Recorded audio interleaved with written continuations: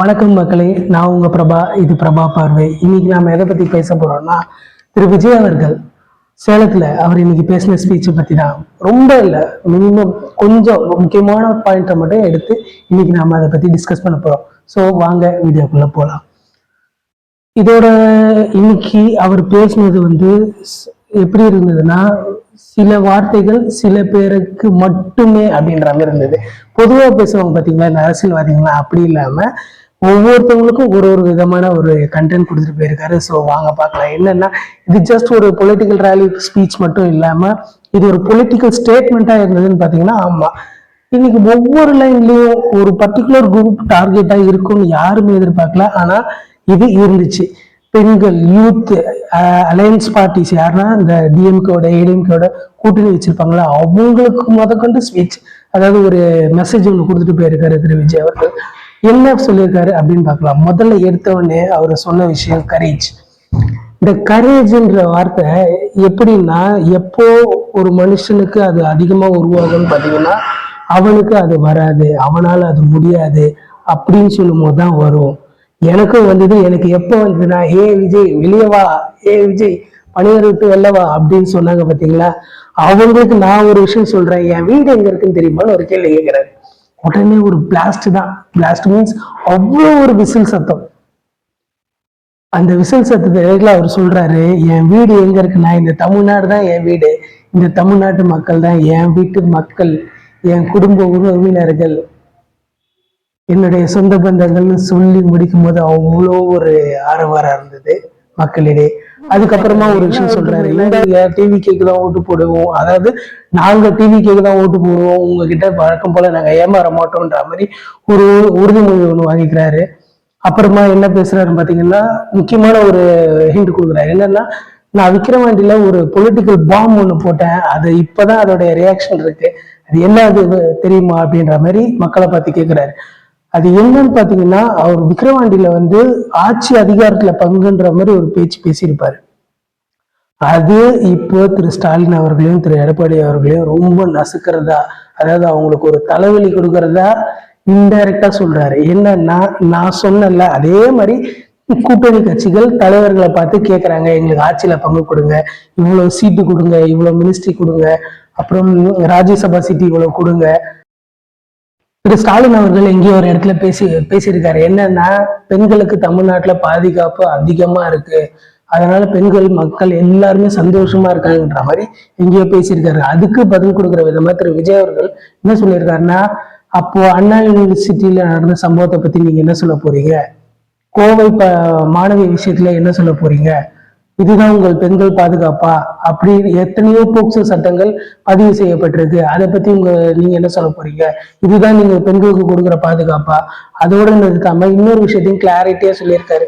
நீங்க என்ன சார் பாதுகாப்பு கொடுக்குறீங்க, திருத்தணி ரயில்வே ஸ்டேஷன்ல ஒரு வட மாநிலத்தால் தாக்கப்பட்டான், அது என்ன சொல்ல போறீங்க அப்படின்ற மாதிரி எக்கச்சக்க குற்றச்சாட்டு அடுக்கடுக்கா வச்சுட்டே இருக்காரு.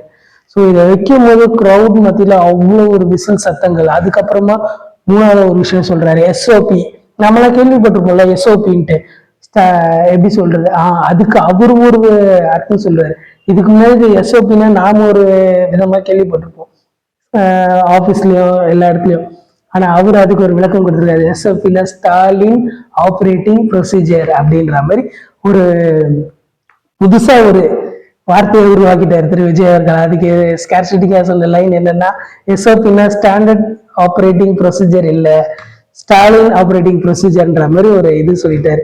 ஸோ இந்த இடத்துல டைரக்டா ஸ்டாலினே அடிச்சிடுறாரு. இந்த நேம் என்ன, இது பாத்தீங்கன்னா ஒரு ரேண்டமா சொல்றது இல்லாம direct pointing power misuse allegation மாதிரி சொல்லியிருக்காரு. எங்களுக்கு மட்டும்தான் ரெஸ்ட்ரிக்ஷன்.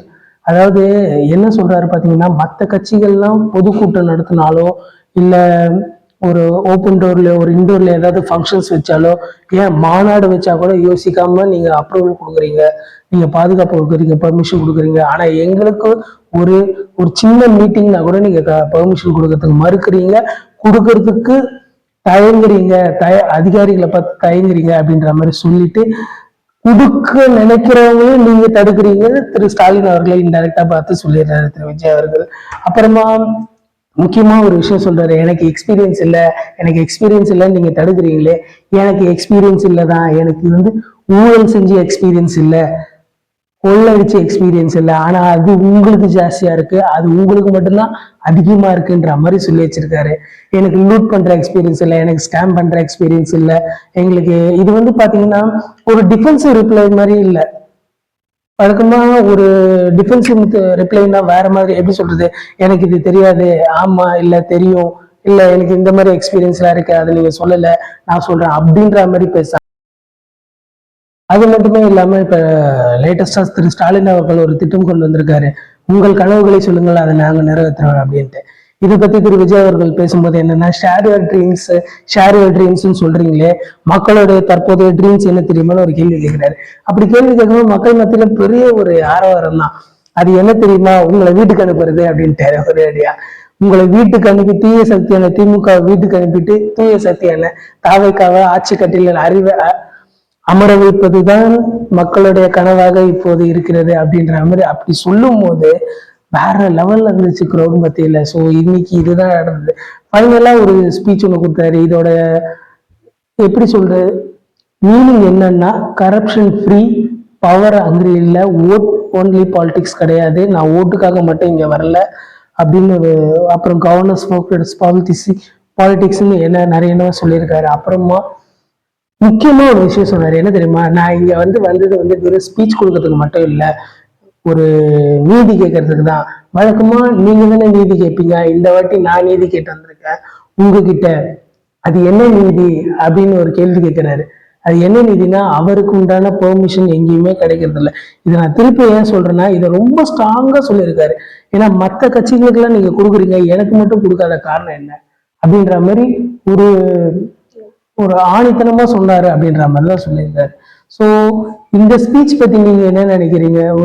இது ஒரு இல்யூஷனா இருக்குமா, இல்ல ஒரு கன்விக்ஷனா? ஏன்னா இப்பதான் திரு விஜய் அவர்கள் பேசுறது ஃபர்ஸ்ட் எல்லாம் பாத்தீங்கன்னா டிஃபென்சிவ் மெத்தட்ல தான் பேசுவாரு. அவங்க ஏதாவது சொன்னாங்கன்னா அதுக்கு ரிப்ளை கொடுக்கறதோ இல்ல அதை கடந்து அப்படிதான் இருந்துட்டு இருந்தாரு. கடந்து போவாரு, இல்லைன்னா லேசா ஒரு ரிப்ளை கொடுப்பாரு, அவ்வளவுதான், ரொம்ப சாஃப்ட் கார்னர்ல. ஆனா இப்போ திரு விஜய் அவர்கள் பேசுறது பாத்தீங்கன்னா டிஃபென்சிவ் மெத்தட்லாம் இல்லைங்க, அஃபென்சிவ் தான். அடிச்சா திருப்பி அடிப்பேன், உன்னை நான் ஜாஸ்தி அடிப்பேன் அப்படின்ற மாதிரி தான் திரு விஜய் அவர்கள் பேசுறாரு. ஸோ அதை பத்தி உங்க கருத்து எதாவது இருந்தா கமெண்ட்ஸ்ல சொல்லுங்க. அது வரைக்கும் இது பிரபா பார்வை.